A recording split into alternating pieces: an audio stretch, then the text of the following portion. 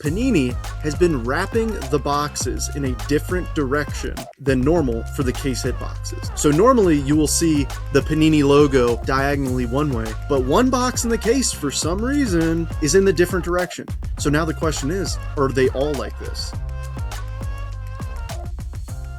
All right, everyone, welcome back to another episode of the Hobby Handbook. How's it going, Trent? Good morning, Alex. How are we doing? Doing well. Got a little bit of we had a little bit of the daycare cold, so if I sound a little congested, it's because I am a little congested. Yes, But sick children everywhere. Getting you sick. Literally. If you are listening and you have children, you know, and if you're listening and you do not have children and you have children one day, you will see. Yeah, that's why I'm like, man, that's crazy. And then I'm like, oh yeah, this is going to be me in a few years. That's one thing to not look forward to is your kids bringing home illnesses and sicknesses. And stuff. It's worth it though. It's a lot of fun. Not the illnesses, but the rest of it is great.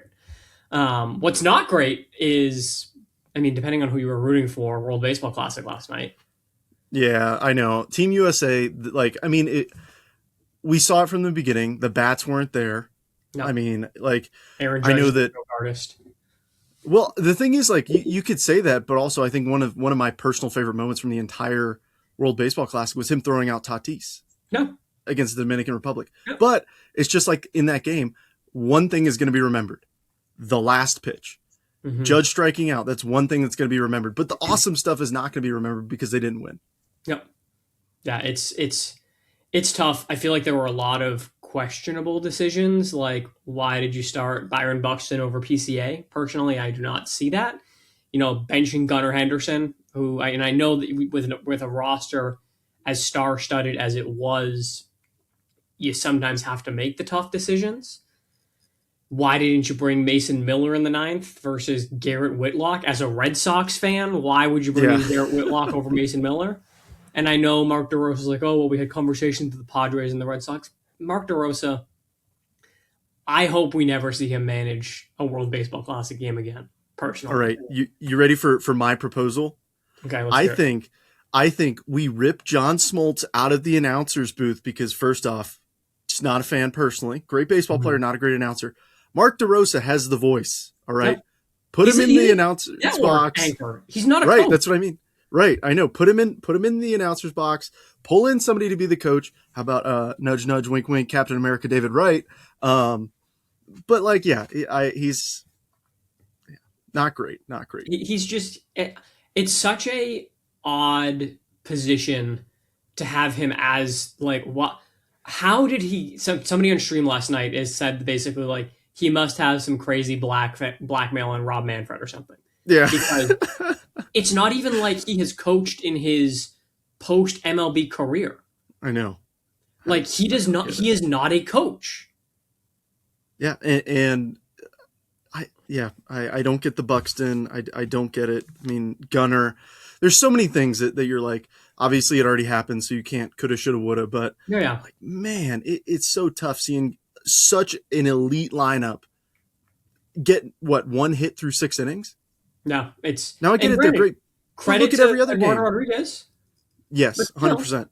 Still, it's crazy. I feel like it was poor management. I feel like I don't know. And the worst thing for me too, as awesome as Harper's home run in the 8th inning was, I hate that because the false hope of oh my God, we're gonna do it, and then never mind, we stink.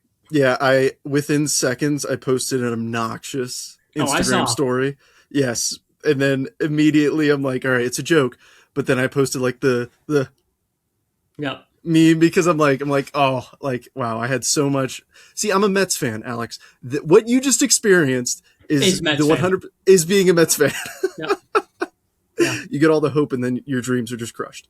It is. Yeah. It's tough, but we'll catch them next time. Maybe. I don't know. Yeah. We'll see.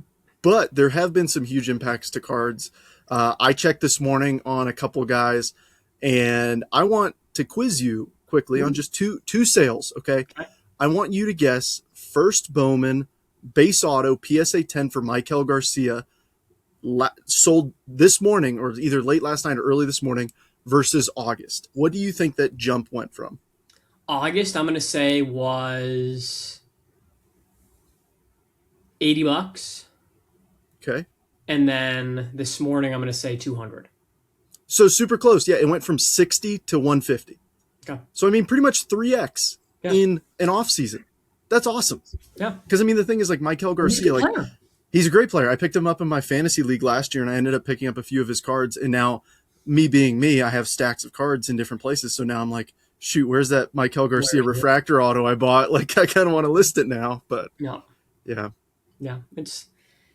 It's really interesting. It's really, you see that. I actually last night sold a Willie Abreu black and white rookie number to 25. Ooh, nice. Really cool card. I got it in a big bulk lot for cheap, and hey, Willie, big moment last night. He's a great player. Going back to our episode a couple weeks ago when we talked about, hey, who's going to blow up in the World Baseball Classic? I said Nolan McLean. Yep. I had 2 base Nolan McLean autos, and I was like, well, this is the hype time to sell. Okay, the odds of him doing great, like, I think he's going to do great this season, but I think even if he plays great, his prices aren't going to be what they are right now because the hype is there. Yeah. I sold 2 of his base autos. I sold one on Monday and one yesterday before the game. And they just snap sold on eBay for my ask because it's like, there are these opportunities that come up. And even though you think a player is going to do great in the season, you got to think through it smartly. Take the wins now. You'll have the cash later. And the odds of those prices staying there are not high. Yeah, that actually, I'm going to jump us to a mailbag question because that relates so well to what you just talked about. Mm-hmm. I got a DM on Instagram basically saying, hey, Clever, I actually started collecting and flipping and gaining knowledge about 4 years ago. Love the podcast and found yours to find it very helpful. Well, thank you. I've hit some decent cards and breaks and, just ripping quite a bit of the product. I know that my main thing is baseball, but he did hit a Jayden Daniels Uptown, got a PSA 10 on it. He screwed up and missed the high at the start of the NFL season. It went from about a $1,200 to $1,400 card to a now what is a $500 to $50 to $650 card. What's your best advice? Hold and see what the market does coming into the next season. Do you sell it now? What would you do if it sounds like he pulled the card, so probably not into it for a ton, but it's dropped significantly. Yeah. So I think it all comes down to like a personal situation. Like, hey, are you worried about making rent? If you're worried about making rent, first off, sell the cards. All right. Mm-hmm. But if you're like, hey, I kind of want to dabble with it a little bit, what I would personally do if I was in that situation, I would sell the card right before the football season. I wouldn't sell it during the off season, maybe a few weeks leading up to it. Then I would list it at a relatively high price, take offers and things like that. I'm not saying post it at 300% of the last sale, but maybe a 10, 15% bump and just see what you can get. But that's what I would do right before the football season. Yeah, I always ask myself, what are my goals in the hobby? If I'm somebody who is trying to consistently and quickly flip and grow, like with the bin to binder challenge, I made an interesting buy and I don't know whether or not it's going to work out. I think you'll like this. Elian Pena, first Bowman Gold. Yes, I do love it. So I snagged that on a super good deal. I won it on an eBay auction for like $70. Oh, so you're the person who outbid me at the last second. I wouldn't be shocked. I honestly would not have been shocked that you would bid on it. But a PSA 8 did $100. Yeah. PSA 10 is a $375 card. I think it's realistically $150 to $200. I've got it listed on eBay at $200, but I don't want to keep that card long term. Yeah. My goal with the bin to binder challenge is to try and flip up quickly. And I said, hey, if I'm in this for 70 and I can sell it for 150, boom, double my money, quick, easy out. Yeah. If we get 2-3 weeks down the road and I'm still holding this card, I'm sending it to auction. I'm going to send it to DC Sports. I'm going to try and move it quickly, etc. Because I value the new liquidity to then continue to go flip stuff that I know that I can do better if I had this Jayden Daniels card. Yeah. If I had this asset that had lost a ton of value, I would rather liquidate that and get that back into something that I think that I can continuously move and, actually grow versus saying, okay, I'm going to wait 5 months for the, preseason to start of the NFL season, et cetera, the hype to kind of show up. And then maybe I'm going to be able to get $800 out of it versus $600. Mm-hmm. If your goal is making money here, I think that you're probably going to do better if you sell the card and instead then go, roll that into the next purchase that you can flip and the next purchase that you can flip and the next purchase. Because holding it, the likelihood that you're going to see the amount of growth that you can get through going, finding good deals in value boxes and flipping those on eBay or whatnot, or eBay Live, etc., you're going to do better changing the inventory into something that's better and more relevant right now. Yeah, exactly. So another like onion to peel back, especially just because, I mean, you and I both know baseball the best. Yeah. Another big timing thing that a lot of folks don't think about is think about the release timing. So Elion Pena's first Bowmans came out of Bowman Chrome. Bowman Chrome released late or mid to late last year. We're coming up on Bowman Baseball. Yep. All right. Bowman Draft just came out a little while ago, but the hype of it has come down a little bit. So we're in a bit of a lull. Once 2026 Bowman Baseball comes out, the hype for those guys is going to be through the roof. If you're trying to sell Bowman Draft guys the week that Bowman comes out, you're not going to get them for high prices. Yeah. So timing that along with set releases is how you're going to maximize value. Find when there's a lull in the latest release, and then you can list those guys. Obviously, you're going to get the most right after a release, but if you're stuck with something that's a little bit more outdated, then yeah, absolutely. Yeah.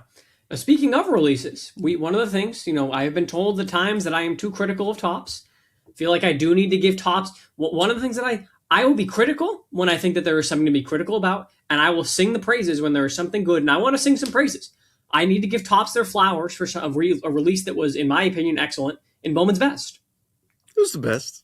Dude, Best is my favorite product every year. I talk about it like all the time. You can listen to streams that I have from 2 years ago. Yeah. Bowman's Best is my favorite product every year, hands down. It's up there for me. I don't know that it's my favorite. Like Cosmic is definitely up there. Black and White is up there. But it's one of my favorites for sure. And I think that they did an excellent job this year. I think the inserts are really nice. I think they're better than they were last year. The showpieces are incredible cards. Yeah. Love the look of them. Yeah, I'm a huge fan of, like, honestly, every insert. It's like I haven't had a set like this in a while. I mean, even last year, or like 2023 Best, they had like the astral projections and stuff. I was like, I don't really get the appeal. I like the astral projections personally, but I can see how they may not have been your cup of tea. Yeah, but I mean, like, bringing in the animes, like we're upgrading this product every year. And honestly, here's the thing, Topps, if you're listening, please, and I mean please, do not change it from a 4 auto box. We've seen so many boxes get pulled from 2 autos down to 1. I mean, shoot, 2022 Topps Chrome, 5 autos in a jumbo, 2 autos in a hobby. Now we're at 1 and 3. Like, please don't pull down Best, because that's the appeal of it for me is 4 autos. And it's such a good value. And like what I love about it is that it's a set that has a much shorter and better checklist. That generally, it might not be the biggest prospect that you're pulling if you pull, a prospect auto, etc. But at least I'm like, okay, I at least have some familiarity to who that guy is. Right. I recognize the name versus let's flip it over on the back. 14th round pick. Okay. That's like Pro Debut. I love Pro Debut. It's a fun set. It's a great value rate, but 90% of the prospects are guys that people in stream are like, who? Yeah. You have to be deep into baseball to know kind of these like outside of a team's top 30 prospects. But Bowman's Best is not. And I think Topps really, really did a great job with this year's product. I did not have any quality control issues. I actually even benefited from a quality control plus. I did a break the other day and I told you this, Trent, the first case had 72 autos in it. Yeah. Yeah. That's almost 10 autos a box. Yeah. We're not going to get into pristine with the previous issues, but we have, like, folks in my stream brought this up last night. We talked about it. Look, I am all for hot boxes, hot cases, everything like that. Yes. But we need to have all the boxes get the guaranteed hits before we can start pushing out hot boxes and hot cases. Gee whiz, it's not rocket science, but yeah, like if there's going to be boxes or cases that have a ton of extra autos, can we make sure that all the boxes have the guaranteed number of autos first? You're not taking autos from somebody else's box. And generally, I will say, I have not heard of people have issues with Best missing autos, and maybe that's just my I haven't I've seen, but I have not seen issues. It seems like, again, want to give Topps their flowers when they do a really good job, because they did a good job on this release. So A+ in my mind. Yeah, Completely agree. Yeah, love best, great hits. I mean, you hit some crazy stuff. I hit some crazy stuff. Like it, No. so far so good. And I'm hoping that if there's more in the back burner that like Tops hasn't released yet or something like that, the the good hits keep coming out. Yes, I hope so too. And in terms of releases, it is a bit of an interesting release week. Today is Topps Heritage. We're recording this on Wednesday, as always, but Heritage release day. Are you going to rip any Heritage, Trent? I am, yeah. So for me, obviously, like I my company, we don't have a Tops account, so we don't get things on release day. So I go to my No. LCS, I pay him retail, and I charge retail. I don't make a dime off whatever I sell on release days because it's like, hey, this is the hot thing today. Like, Mm-hmm. yeah, I'm gonna grab 2 boxes for my LCS, and that's what we're gonna rip. Yep. Yeah, I've got 5 boxes coming in. I think I'm going to rip 2 or 3 Ooh. and put a few. I'm trying to. I am a degenerate when it comes to boxes. I know that. I'm trying to start to put some wax aside so that maybe one day in the future, if there is a clever Cuban cards, store, we might be Yeah, able to have some, wax that has built up because to the point it's not easy to get Tops allocation. So I bought myself a locking cabinet so that I can't go. I'm going to give my wife the key and I'm going to hold me accountable. If next week I ripped 5 boxes, we got a yeah. problem. You're like, I'm gonna rip a you're few. like, well, we haven't seen a real one auto yet, so there's probably let's go. Let's just go see. The Roman Anthony auto is lurking, and that's the Yeah. thing is like I think that also with this year's class, the 2026 class is a really good one. Like I think that it's a good Yes. class to put some stuff aside if you have the self control, which normally I lack. The other thing that I don't know whether you saw the images for. Speaking of Bowman Basketball, you see Yeah. the previews of that? Yeah, I'm super excited for that. Like, I mean, the thing is, like, I'm a baseball guy, but I still appreciate good releases, and yeah, the college and pro players. See that Yep. that's how you combine the appeal of Bowman with prospects in baseball to basketball. I think how they're doing it is fantastic. Yep. You have now players will have their first Bowman be in a Bowman set that the masses will be ripping. And to me, the other huge thing, huge, is that we're getting some of the Bowman case hits that everybody loves to chase in baseball. Spotlights, Garbage Pail Kids. Yeah, Garbage Pail Kids for basketball, I think, are going to be. I mean, they exploded the baseball market. Folks who collected football and basketball came into baseball because of Garbage Pail Kids. No. Now that we have those coming to that scene, I mean, they're gonna. I think they're gonna go insane. I really And I do. think that we're going to see the baseball ones go up in value too, because we saw it with home field advantages. We saw it with the All Kings cards. Yep. Like, I think that it's really great. I'm very pleased that they are, at least to some extent, keeping some of the case hits consistent across sports because I think that will do. Topps needs to establish their case hit market. That I think is where they probably were the weakest in terms of Yes. competing with Panini.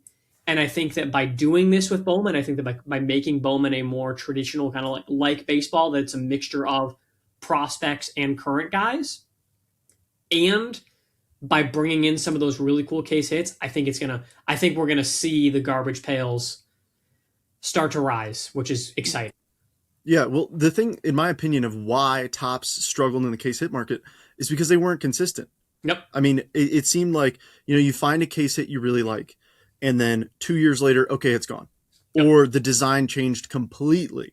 Like I get making tweaks here and there. Like we've seen the evolution of the Kaboom over the years, but at the end of the day, it still is that bright big letter in the background Kaboom.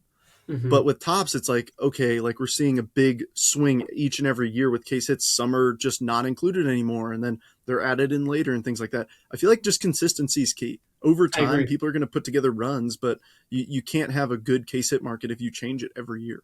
Yeah, like last night I sold on stream Mike Trout Lightning Leaders at a Topps Chrome. Yeah, that was a one year case hit. Like, Great looking case hit. It's like a $20 card.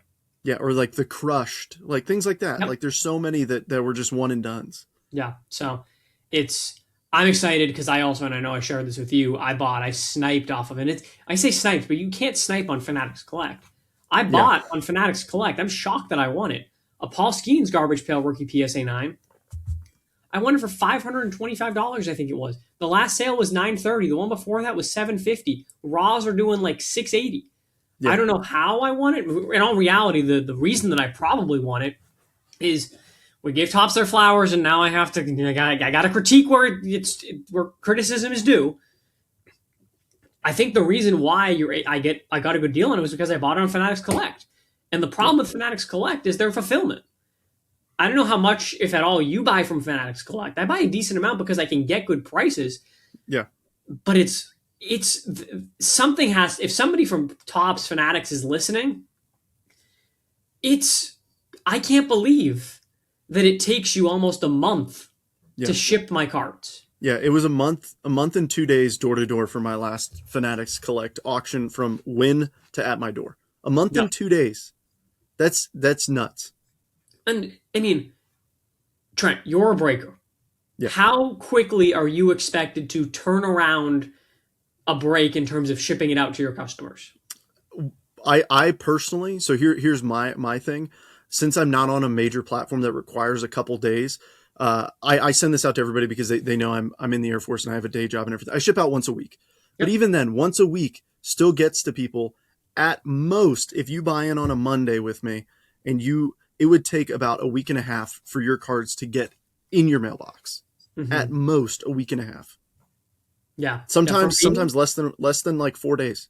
Yep. For me, generally, it's next day. Yep. I ship it out. And granted, I pay somebody to do my shipping, but generally eBay Live is a little funky because you can't generate the labels until the next day. So really it's 2 days.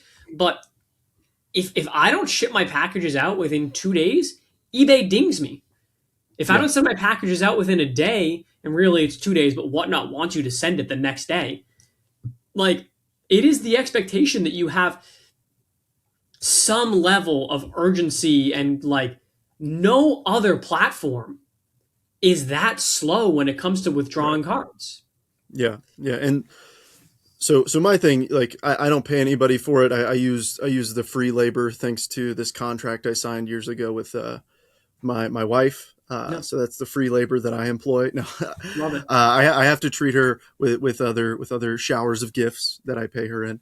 But no, like, yeah, once a week, her and I, we sit down, we make sure everything's sorted through, we package everything up. But yeah, I mean, once a week, like, this is just me and her, and we ship out 100 packages a week.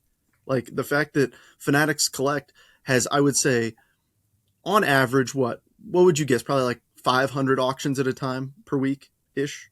It's more than that, but I think, but still, they have a whole staff. They probably have a bunch of people working there that's their sole job is just put card in package, label, out the door.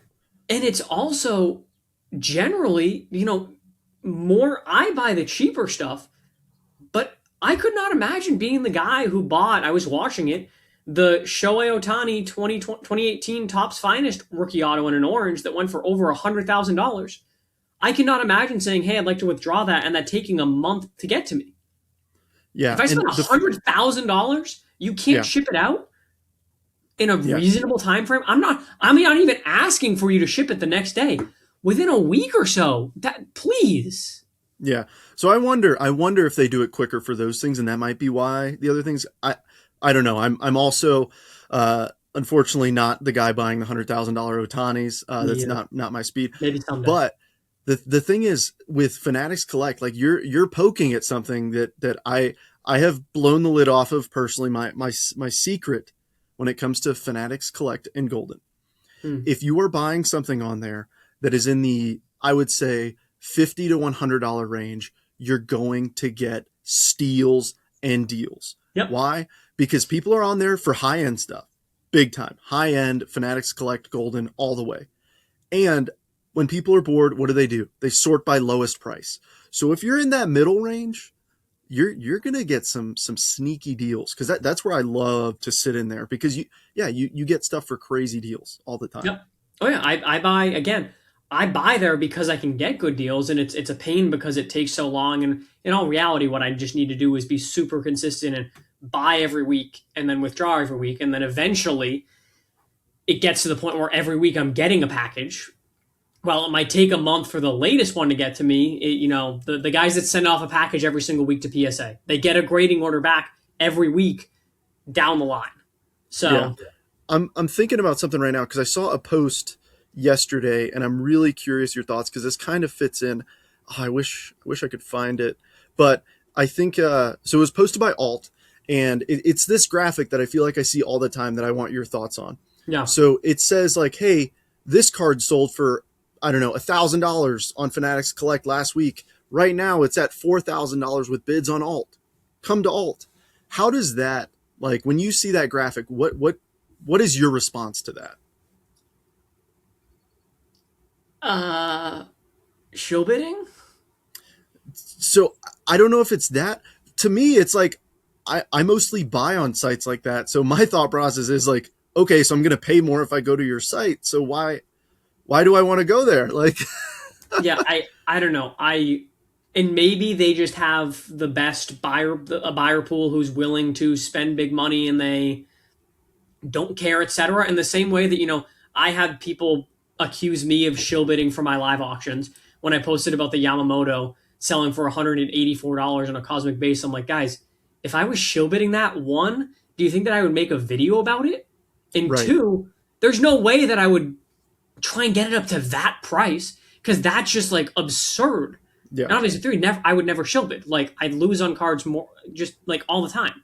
It happens. It's part of the game. When it comes to eBay Live, do they post the video after the fact? Or Yes. is there a way to pull it? Yeah, so it's like, even if you want to like check the tape and like do your own PI work and go see all the users who are bidding on it, like you can do that. I mean, the thing is, like, I sat in your live, your eBay Live. That was the first time that I've sat in your live before. And I mean, genuinely, so I do want to sing your praises for a minute. You do exactly what you say. You sit there, you have the card up. Here's the card. Here's all the details about it. You're not going, come on, this lasted 100. Let's go. Like, no, like it's, hey, here's the card. Bid what you want to bid. Yeah. Whatever it goes for is what it goes for. Yeah, I mean, last night we had a Shohei Ohtani Topps Chrome 2020 X Fractor. It's a $65, $70 card. Sold for $35. Yeah. I guess Shohei Ohtani Topps Chrome X Fractor. Like, that's not a like, oh, like it's a super niche, random, weird card. It's a nice card, but guess what? Yeah. And how does that happen? Like, because I'm not saying anything about it. But it's also because that's the exact type of card that if you had people shilling, you could very easily get that up to $80, $90 on a live bid because people get, into the auction. But for me, it might be that it's the same question in terms of, the Probstein allegations and this and that, where I just look at, and I have the question is, on Fanatics Collect, which, formerly PWCC, which had their shill bidding allegations. Dude, they weren't allegations, dude. They were shill bidding. Allegedly. I'm not trying to get sued.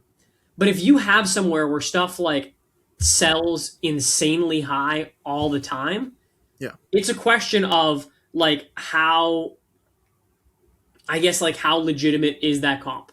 And from a selling perspective, if I'm looking at Alt and I say, hey, I need to sell a card, I'm going to sell my card on, if I have a high-end card, I'm going to sell it on Alt. Because if they're truly getting the most money for it, and you look on Card Ladder and it has confirmed paid, like pros to Alt for being really transparent on confirming with all of their auctions whether or not it got paid, because sometimes it doesn't. But confirmed paid, it got paid for. But like the last Skeens comp at 930, I think it was for that Garbage Pail, it was on Alt. Yeah, yeah. So it drives the question of like, hey, why? Why are these going for so much on one site versus everywhere else? Yeah. I don't know. I'm not pointing fingers. I'm not alleging anything. I'm just curious. Well, and I see it like to look at another auction house, Pristine Auctions. I see comps sometimes on cards from Pristine Auctions, and sometimes the comps are ridiculous. Yeah. Crazy high. But Pristine Auctions is more of a memorabilia auction place that they're doing more and more cards recently. But I think their buyer pool is more in the realm of memorabilia, autographed items, etc. And there you might just have what is a like uneducated or just like doesn't care about the price buyer, as opposed to a buyer who is on a Golden or a Fanatics Collect that like is deep into the hobby and being very intentional about what they're spending and buying.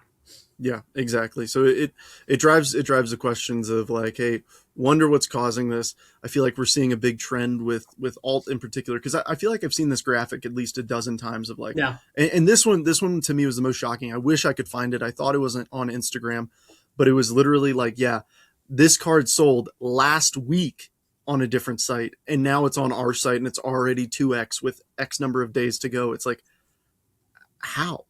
Yeah. But Yeah. It's interesting.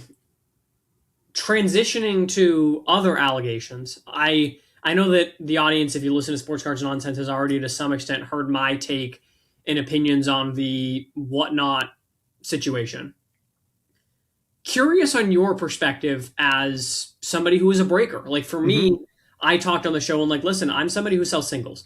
So for me, this is not something that like hits home, is something that is, of concern, because there's no level of gambling when people are buying my cards. They know exactly what cards they're getting and exactly what price they're paying for it. For you, who is somebody who breaks, and I know that you yeah, guys do a little bit of repacks, mhm. what's your kind of read and perspective here? Yeah, so for me, 100%, I say this all the time, breaks are a gamble. You are gambling that this team is going to hit out of these boxes. Now, it's totally a chance. Sometimes they hit, sometimes they don't. If you know that going into it and you're going into it just to have fun, then great.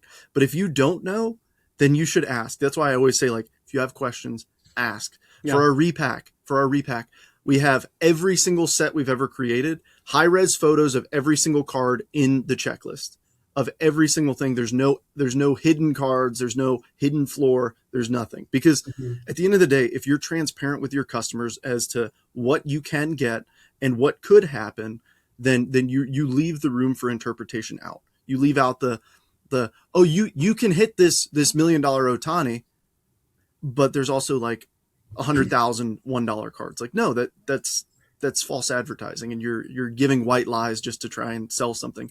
No, being transparent is what gives you customers in the long run. Yeah. Now, do you guys do any sort of do you do any random breaks, Hmm. randomization of do you do that? Yeah, I do personally. Yeah, usually like once a week, I'll do a random team break. Yeah. Hmm. And this is where, we're going to talk a little bit about the tools that exist for people, and I think that being a smaller breaker, you know your community Hmm. to the point, and I know Mike mentioned this when he talked to Paul Lesko, was they have guys that they're like, hey, you're coming in really hot right now. You're spending a lot. I would rather say take a minute, cool down, and maintain you as a customer long term Yes. than milk you for a lot of money here in the short term where you're going through it and then lose you because you leave you leave completely. Right. As a smaller breaker, you have that relationship and you really can tell and know that. Bigger breakers that are, you know, breaking on 15 different pages all Yeah. simultaneously, they don't have the same level with most buyers. It's tough. Like I always joke, and I am a fan of a good random break. Hmm. I love to add some gambling to my gambling, as I Me like to. too. I bought into a best random case break and got skunked, but it was fun. Yeah, I had fun. but I think that to me, and this is where and this is part of the discussion that we had last night during my whatnot stream, was I think that where the difference is when you and I can look at that and say, hey, I'm doing this for fun. And when we lose, okay, cool. Yeah.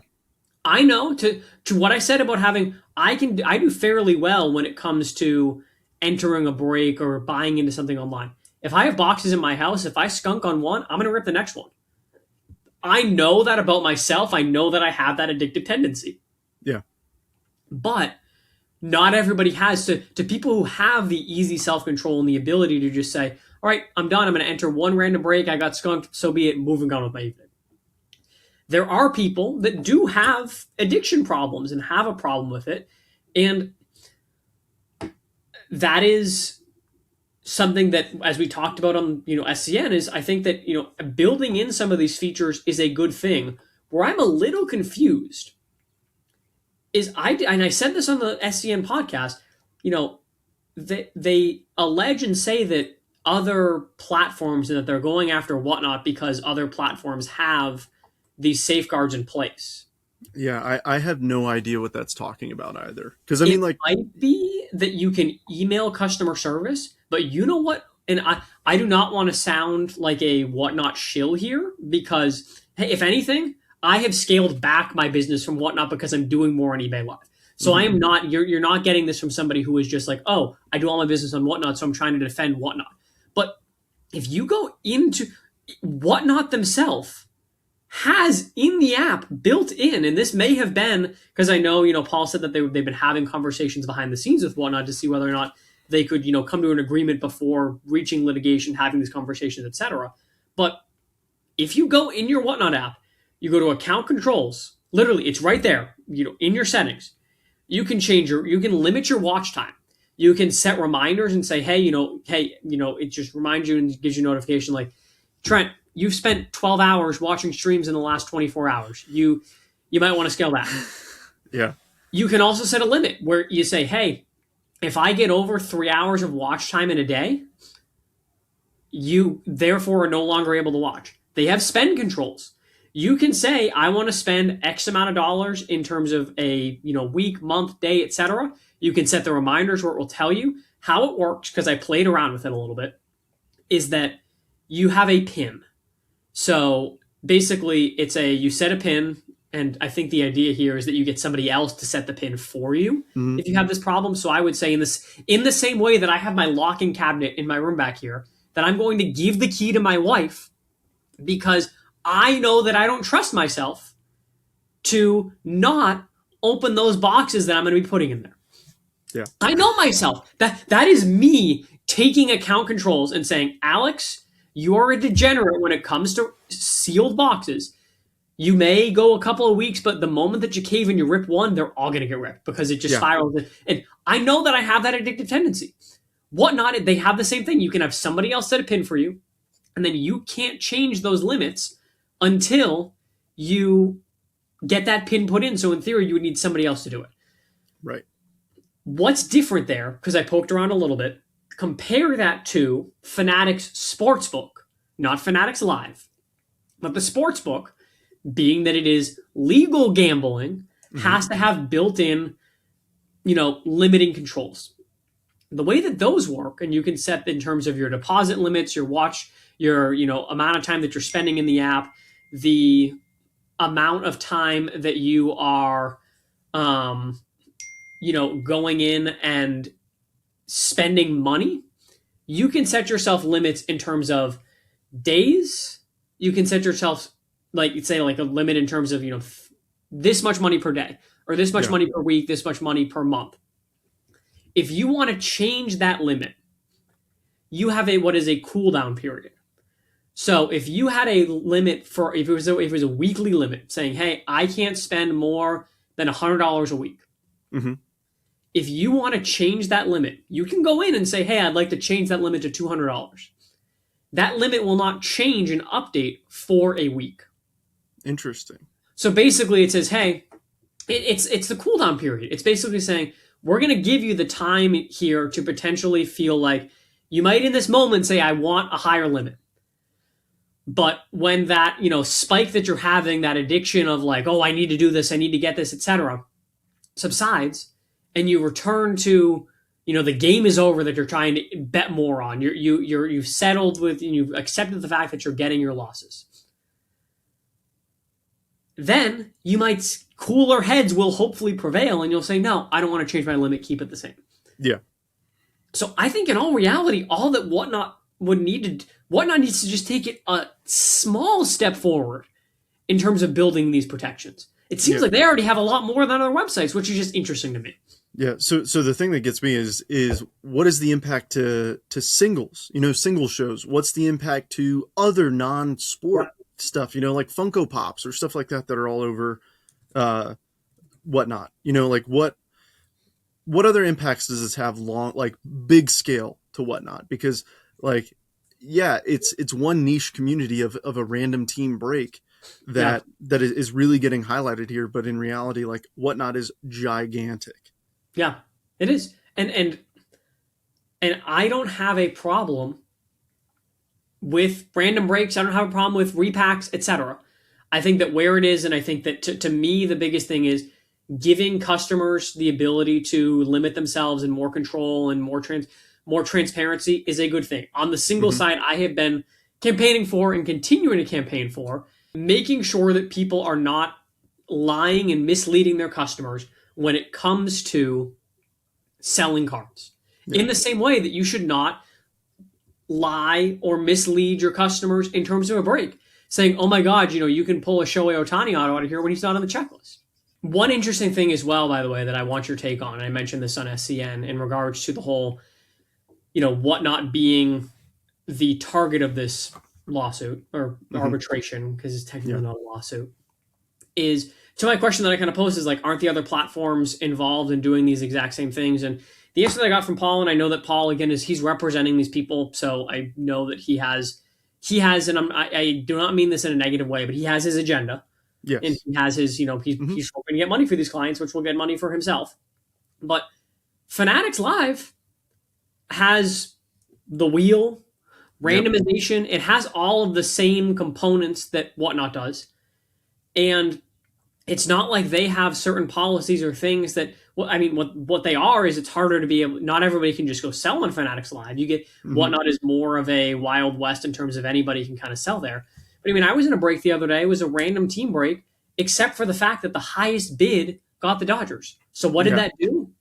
That It meant that the makes. last team that was on the board went for, which was I think the Detroit Tigers in a single box of Bowman's Best, went for $95. Oh gosh. And that's after every single other team. So after every other team sold for probably an average of 15. So 15 times 29, that's $435. And I mean that's not a bad price on the box. It's $520 for the box, but like it's to me that feels like a little unfair in the moment. Yeah. I was like, oh whatever, like I had the high bid for most of it. I was like, oh cool, maybe I'll get the Dodgers. And then when I got to the last one, I was like, wait, people are just gonna go crazy for the Dodgers here. Never mind, I take it back. But do I you know what feel they're do you know bad. what they're waiting on though? They're waiting on somebody to go and bid, 80. And that because I've seen this happen many times where the last few teams they consistently go from 15. Okay, now it's 25. All right, you're the high bid, you're the high bid. Okay, Yep. 30. Okay, now 40. And then that's where they make all their money at the end because the Yep. last few teams go crazy. And where that's a problem, and again, this is where to me that is a like the problem with that is that the house in this that situation is the breaker. It's not Hmm. Whatnot or Fanatics Live. Yep. And that's the house basically saying, hey, we're going to guarantee that the most valuable team is not going to be the first one to go off the board. Hmm. If you want random, it needs to be random. Yes. Completely for all teams. Yes. And that just 100%. and you sometimes get cooked. You sometimes have a breaker, and Boston Card Hunter had a video about a guy who crashed out because he was doing an NBA break. He canceled it because the Oh first yeah. two off the board were the Spurs and the Mavericks. Yeah. Yeah, that was kind of hilarious. He's like, "All right, well, I'm done." It's like, "What? What do you mean?" Yeah, but There's if you don't want the down, it's the same thing with singles. If you don't want the downside of a card selling for low, you don't get the upside of a card selling for high. If you Yeah, I don't mean, want, yeah. So me coming off being on Facebook, yeah, obviously I have a lot more control over what happens, except for when me and my brain mess things up. For example, I did a half case. So we talked about this, that case of Bowman Draft Super Jumbos that I ran that went 30 for 30 on numbered autos, which first off, insane. yeah, But I put on there, I did half a case as a pick your team, and then later in the day I posted the rest of the case as a random team. Well, I said, hey, if you jumped in the PYT, take $10 off your total if you join the random team. Well, me being me and trying to multitask, which I'm terrible at, I put on there, take $10 off per spot. So do you know what that adds up to? That adds up to $300 that I yeah. discounted. And I promise you, I am not upcharging the break by $300. So whenever I started seeing payments come in, I'm like, Wait a minute. I was like, what did I do? But you honor it. Why? Because at the end of the day, you know what I thought of it as? I'm like, you know what? Hey, these people were awesome and they bought into the pick your team. It's a thank you. Like that. Yep. That's all it is. Like take your lessons. Like, yeah. Yeah. don't be a terrible dude and try and screw people over after you've already promised them something. Yep. Yeah. Like and that's where it's easy for us as people who run and to our own horns, like good businesses. We just care. That's all it is. You care about the people who Yep. buy from you. That's all it is. Like, Yep. It's not that hard, but yeah, I'll be very curious to see and I know given that it's arbitration, I don't know how much like detail we'll get in terms of yeah. resolutions. But again, it's really interesting to me that seemingly Whatnot already has a lot of these things that they are asking for. Mm-hmm. Maybe there just needs to, like what Paul said, I think, is that there needs to be more teeth to it, which like I'm fine with that, but it's not that far off from what they're asking for, which is where I just think it's a little interesting. I know you had something a little interesting in terms of Optic Football, was it? Yeah. So we chatted about this the other day, but our football guys have been noticing something, and hopefully we can get the image pulled up for the folks watching. But there's something up with these Donruss Optic football boxes. So I don't know what it is because I don't break football, but it seems like Panini has been wrapping the boxes in a different direction than normal for the case hit boxes. So normally you will see the Panini logo diagonally one way, but one box in the case for some reason, nudge nudge, wink wink, is in the different direction. And our football guys have been like noticed this, and they're like, "Hey, this is weird. Let's check it out." And I forget what exactly was pulled. I think maybe a Rookie Kings or something came out. I might be totally off with the case hit, but that came out of the box that was backwards. So now the question is, are they all like this? Are we seeing a trend here with, this is the last Donruss Optic release, the last huge chase for downtowns that Panini's ever going to have for licensed football? And it's like, why would you buy single boxes now? Why would you buy boxes in a single box break when you can see, like, oh, I don't know, they might have already pulled out the box that has the opposite wrapping or something? Like, I don't know, man. It's not a good look for Panini in the last huge release. Yeah, I mean, you're not the only person who has said or talked about something like this. Boston Card Hunter with 2025 Optic, if the logos of the Panini wrap are starting from the top right and going down to the bottom left, so it's going the opposite way, exactly as you said, there's a case hit in the box. It's 100% confirmed. Somebody called that out in my chat while I was running a fresh case, and it ruined the whole show. I was just disgusted that it was actually a thing, and I had to run the last 6 boxes of the case once and get actually smoked. Like, yeah. So, but the thing is, like, here's where I'm like trying to be a little bit analytical. Those are each one case sample sizes. I want to see a little bit more scale with it for sure, which is why our football guys are looking into it to try and figure out, like, hey, is this legit? Is this hobby boxes only? Does this include retail? Things like that, because if this is across all the SKUs, like, I mean, you're going to see dudes fighting just like they do for Pokemon at Walmart and Target, trying to get to those blasters to see which one's has in the the right direction. wrap going the right way.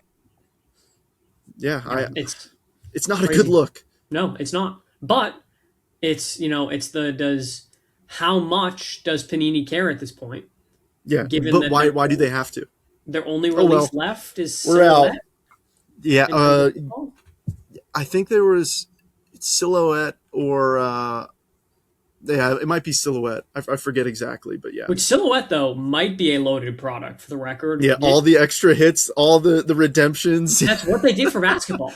Yeah. And I'm not a basketball guy. I did not rip any, Silhouette basketball, but I did hear and see people talk about that. Like, there were crazy patches and autos and things like that just all over the product because Panini couldn't do anything else with it. You know what they should do? They should ship out the redemptions that people have had for years instead of loading up. Hey, look, I feel like we're at the point where, hey, obviously they can't print anymore. But you know what they can do? These cards that they have extras of that haven't been, that are redemptions, just send out replacements. Like, come on. Like, I mean, for me, I don't know about you if you've been waiting on anything. I've been waiting 2 years for a Mark Vientos auto. It's not like Mark Vientos is Shohei Ohtani. Talk to them at the National. Get a silver pack or a sparkle pack. For a few years at the National, I did the whole customer service appointment where you get a black box. Well, I tried to Um, do that last year and it sold out. It was just like a Topps release yeah, where, you click blazing the link fast. and it's like, we're out. I'm like, what do you mean you're out?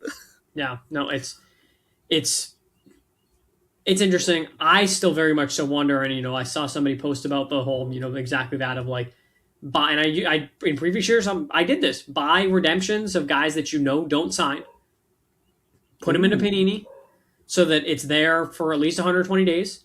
Sign up when they release the thing, and bang, you get a black box. yeah. Well, Like, I've got a question regarding redemptions real quick because I want your thoughts on something. I don't know if we've talked about this, okay, but I have a huge redemption. I mean, the biggest card that I have ever bought is a redemption okay, that is coming up on the 6 month window, and I want to know if you would replace it or not. with tops, Yes, with Topps. what is it? It is an Aaron Judge 1 of 1 bat knob auto. Oh It is no, a sticker auto, but it is a 1 of 1 Aaron Judge bat knob auto. it's a bat knob. Yes. From what product? It is from I think it's from 5 star, or I'm sorry, tier one. Tier It one. would be a sticker auto. Yes, so they on the checklist they have bat knobs that are sticker auto and on card. Yeah, So I yes, would. I have been waiting over 6 months for an Aaron Judge sticker auto. Yes, Honestly, that's such an interesting. I I'll be know. curious to see people listening, YouTube, Spotify, etc. Put in the comments what you would do, because on one hand, Topps' policy right now, I believe, is that they would replace it 200% value. Correct. And like, Yes. what's 200% value on an Aaron Judge one of Right. one bat knob? Yeah. Like, that's got to be Otani. Yeah. There's nobody else. I don't think there's anybody else unless they're like, hey, here's a superfractor auto of a random prospect. But at the same time, like, to me, a bat knob is like one of the coolest relics out there. Like, I Completely tried agree. last year at Fanatics Fest to get the Soto Sterling bat knob, and Hmm. didn't happen, unfortunately. Some guy ended up paying way too much money for it, in my opinion. But like, man, that's tough. I wish, and I don't know whether or not Tops has fixed their phone service. For a while, you used to be able to call in a Tops customer service and talk to a human. When I had my whole pristine thing, their phones were not working. I don't know whether or not that's still the case and whether or not that's a intentional thing. But I feel like I would try to talk to a human being, Yeah. maybe I've send done an the email. have you done the replacement before? No. So I did it. I had a 2024 Topps Finest Bryce Harper auto, non-numbered, nothing. And I said, hey, I've been waiting on this for a year. I saw your new terms and conditions. Does this still apply? And they go, yes, it does. Send us like a list of things that you like. And I said, well, here are my favorite players. Here's my favorite sets. Yeah. And they listened to the sets and they sent me a Clayton Kershaw Dynasty patch auto to 10. Yes, I remember that now. Yeah. Yeah. So like awesome, right? Now it's like, okay, Aaron Judge 1 of 1 bat knob sticker auto. It's like, what are we going to do with that? Yeah. I truly don't know what they could or would do that is going to be. It would have to probably be like something like 1 of 1 Dynasty. Yeah. Logo Really cool. man, something. Yeah. Speaking of, check this out. Ooh, hoo, hoo, hoo. Home run derby ball. Yeah. Nice. 2 of 5. That's a beauty. Isn't that sick? So if we're showing off cool dynasty cards that we've recently You got, better not show me a printing plate, Trent. it's no printing plate. If it'll focus, that is Chris Bryant, Ah. Rockies and Cubs King, 1 of 1 Nike swoosh. Definitely not as expensive as the Soto, but I mean it's a Nike swoosh. It's pretty cool. Yeah. No, absolutely. No, yeah. My lean is I would try and like talk to somebody and be like, listen, Yeah. what is the So I can make a decision, like an informed decision. what realistically am I going to be looking at in terms of the type of replacement on this? Because we both know that this card is massive. Yeah. Like easily thousands of dollars, maybe 5 figures. No, not For a bat knob? no. I think when I bought it, I think I bought it back in October. But the last comp for like a on card was like 6,300, That seems low. which is surprising. I know, but they're all in that range. So it was like, that's what we based the sale off of. And I took a little bit. I said, hey, it's a sticker auto. I'm going to take a little bit off. And he's like, yeah, completely agree. And we came to a fair price. So I paid less than $6,300 for it. I'll say Yeah, that. PSA 8 on Golden on card from Tier 1 did 6,700. Yeah, so that's what I mean. It's like, it's not as crazy as you think. Now, to be fair, that's still a lot of. Like I said, that's the most I've ever paid for. Well, to be fair, if you're getting a replacement at 200% value, it should therefore easily be a 5-figure card. Yeah. Oh shoot! I probably should have said in case Topps was listening. No, I paid $20,000 for this. Give me an Ohtani logo, man. Come on. Yeah, that's a really, really tough. Honestly, that might be one that I would say that I would just wait until the National and literally go talk to Topps. Yeah, I think that's well. To be fair, hopefully I have it by the National. Yeah. It's a sticker auto. Come on, we can mail a sheet of stickers. Like, literally, man, that's crazy. I can't believe that. The last thing that I had, by the way, before we wrap up today, really interesting. How often do you grade with PSA? I'd say probably every couple months. Okay, so basically the same as me. I maybe grade a little bit more frequently, but then again, I'm not grading much right now because of the pricing. Mm-hmm. I just had an order that popped. Exciting. One of my Ohtani's home field's got a PSA 10, which is nice. Ooh. Nice. I'm going to do it for like $150 after grading fees, and that's a $2,000 card now. Beautiful. We'll take it. Oh my gosh. Is it the Dodger one? Yes. Nice. So quick side note on an Ohtani home field advantage. One of my wedding gifts from one of my best friends was a mega box of 2023 Topps update, I think. Okay. And my wife and I on our honeymoon pulled an Ohtani home field advantage that I still have. I will not sell. No. But yeah, Ohtani home field advantage. I have a 2023 home field on that sub as well. That one got a 9. Special place in my heart for that one. Yeah. But no, your PSA order, sorry, continue. But so, like PSA orders, when you ship your order to PSA, where do you send your order to? California. California, right? Mm-hmm. So my order, it finished. I did the whole PSA offers reveal thing. I ended up taking a couple of the offers, but some of them were laughable. There was one, a Mike Trout Frozen Ropes blue numbered to 75 at a pristine. Go to PSA 9. It's an acetate card, so like kind of to be expected. Mm-hmm. PSA offer on it was $3. Correction. The PSA partner offer. Excuse me. It's not PSA. It's a PSA partner. It's $3. Partners. Yes. But well, and it is an important distinction to make because it's not PSA buying your cards. It's correct. Companies that are working with PSA to source inventory. Yes. But did the whole offers thing, accepted the ones that I wanted, and the rest I said, okay, ship them to me. It shipped from I think it's 925 Yamato Way in Boca Raton, Florida, aka the SGC office. That's SGC.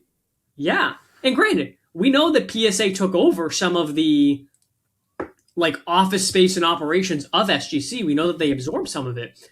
Yeah. But it's really interesting to me that I mailed my cards to California. Yeah. They shipped them to Florida then without you knowing. They shipped them to, which like what they I'm sure in their terms and conditions say they can do whatever they want with the cards until but they sent them to Florida to now, which makes sense to me. I thought, when they made their whole big deal about opening their New Jersey offices and now that they're taking on the Florida office, I thought and figured that by ramping that up and being in more spaces, that when you submit an order, it would say, okay, Alex is in Nashville. It probably makes the most sense for his order to be sent to Florida. Yeah, but dude, from an efficiency and time perspective, this order was 3 weeks late. It was supposed to be done on February 23rd. Yeah, because USPS shipped it to Washington and then to Texas and then to Idaho and then to New York and then down to Florida. But it's seeing that, I'm like, what? And then I saw the return address. I'm like, that's SGC. Yeah. So I'll be curious to see if they update any sort of submission things, because clearly that is a PSA order that was sent in October that was graded at the SGC offices, assembled at the SGC offices, and shipped from the SGC offices. Yeah. So, I cannot, it's 100% that's going to happen in the next 6 months now. Yeah. You're going to submit an order one day and you're going to get an email that says, sorry, post office lost your stuff on the way to Florida. It's going to happen. It's going to happen. It happens just me shipping to somebody all the time. you're adding in another layer of risk for what? Just have it go directly to the place that you want to. Like if it's coming from Florida and you're in Tennessee, just ship directly to Florida. Like because adding in those extra layers, all it does is add risk. It adds no value. Oh yeah, that's why people ask me, oh, do you ever grade with your local card shop or with GameStop, etc. I think they're great options if you're a newbie, novice, etc., and you want some help. But for me, who knows what I'm doing, who does it all the time, I'm like, I want as few hands on my cards between me and the PSA grading room.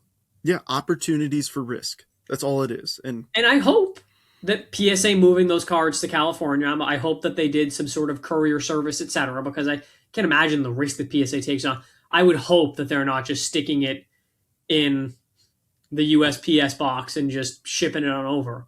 But I'm curious on the logistics and the operations there. I'm curious if they're going to change their logistics and operations. But I thought it was a really interesting thing that I haven't heard anybody talk about, the fact that they are now, there is definitive grading of PSA cards being done at the SGC office because the cards are shipping from the SGC office. Yeah, so the thing that worries me personally is, have you bought a raw card with eBay authenticity guarantee? Yes. Have you ever had the card sticking out of the card saver when you get it? Right, that happens all the time. Is PSA wrapping every single card saver I submit? Are the cards staying in the card saver when they ship it? How secured are they shipping? Like, this adds more questions than I think answers have been provided, which scares me personally as somebody who sends stuff off to get graded. It's very interesting, and I'll be curious to see, A, if there are any issues to your point, and also B, how they adjust, if at all, their operations and such moving forward, because clearly they are making adjustments. We just aren't necessarily seeing or privy to what those changes are until somebody like me has an order that ships from 925 Yamato way. So, you're like, wait a minute. I know that address. Yeah. So that's all I had. Do you have anything else for today, Trent? No, that's really it, man. I'm excited for Heritage today. Hoping to see some red ink autos. I hope so too. Again, next week, you need to make sure that there's at least 2 boxes that I have kept that I have not ripped. If not, they're gonna be. You're like, here they are. I'm like, where's the seal on those, Alex? It's going the wrong direction. That means it's going the wrong direction. Yeah. So we'll see. Heritage should be fun. Hopefully we both pull some big cards. But we appreciate you guys listening to this week's episode of the Hobby Handbook.